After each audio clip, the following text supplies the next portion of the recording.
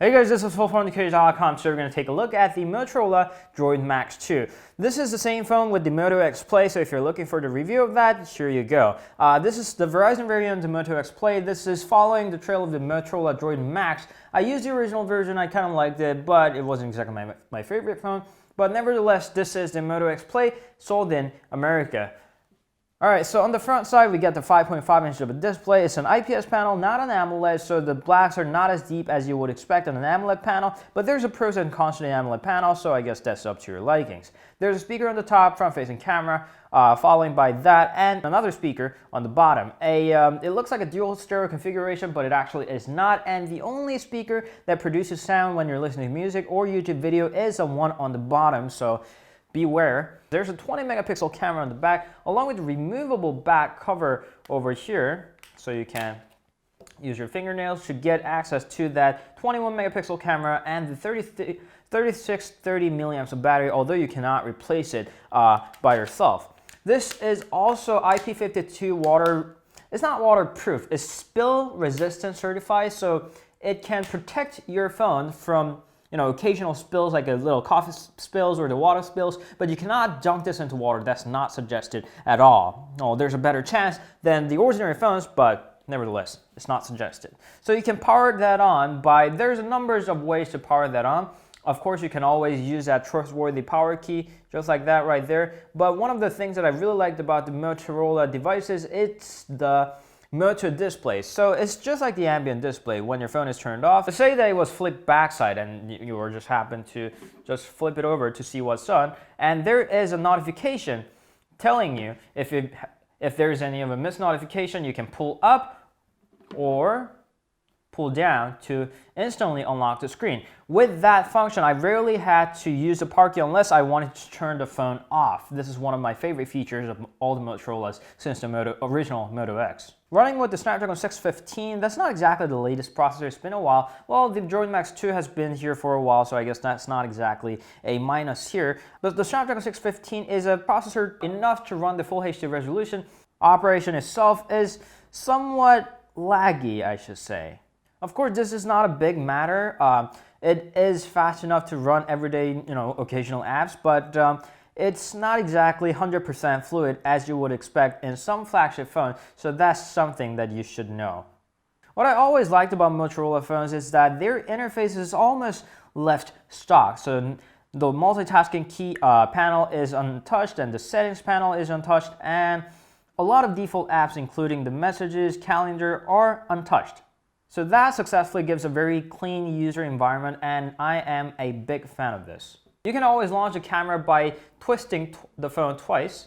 Let me show you that once again. The phone is off and I can just twist it twice, and after a short vibration, here comes the camera. So the camera app is pretty simple. You can touch, focus, and tap on the screen to take a picture. You can swipe from the left to look at the menu, just like that. There's a HDR, flash, touch to focus, night mode, the video, self-timer, and just there's not exactly a whole lot of functions there, but there is plenty enough for you to choose from. So you can just swipe to the right to look at the photos that you have taken. The photo quality of overall Motorola phones has improved a lot, I should say that, but it's still not the top tier camera. Considering that the Droid Maxx2 isn't exactly the flagship device, this is acceptable, but the lower lighting condition definitely could have been better. Sound quality is okay, speaker is okay, Bluetooth audio quality is okay, but it could have been better. Motorola is not exactly known for their audio, and they fixed their camera department a little. It's still not the top tier, but they got better. But audio, there's still a lot of, a long way to go. But these are all the minor things about the Droid Maxx2, because this is known for its 3630 milliamps of battery, and I was counting a lot on that. To be honest, I don't think Motorola is really good with the batteries. I've been using the Droid Maxx, Droid Maxx2, and Droid Turbo, Droid Maxx HD. There was a lot of Max series that I've gone through, but none of them actually succeeded to give me enough of the battery. And this follows the same trail. Snapdragon 615, 5.5 inches, and 3630 milliamps of battery. That should be enough to run throughout the whole day, but I'm pretty much a heavy user, and it was only able to give me about 4.5 hours to 5.5 hours. I mean, it's enough. I should say that it's a good rating for a phone at this size, but after using some Samsung devices like the Galaxy A7 2016 and the Galaxy A5 2016, 3630, 5.5 hours doesn't really sound good enough to me.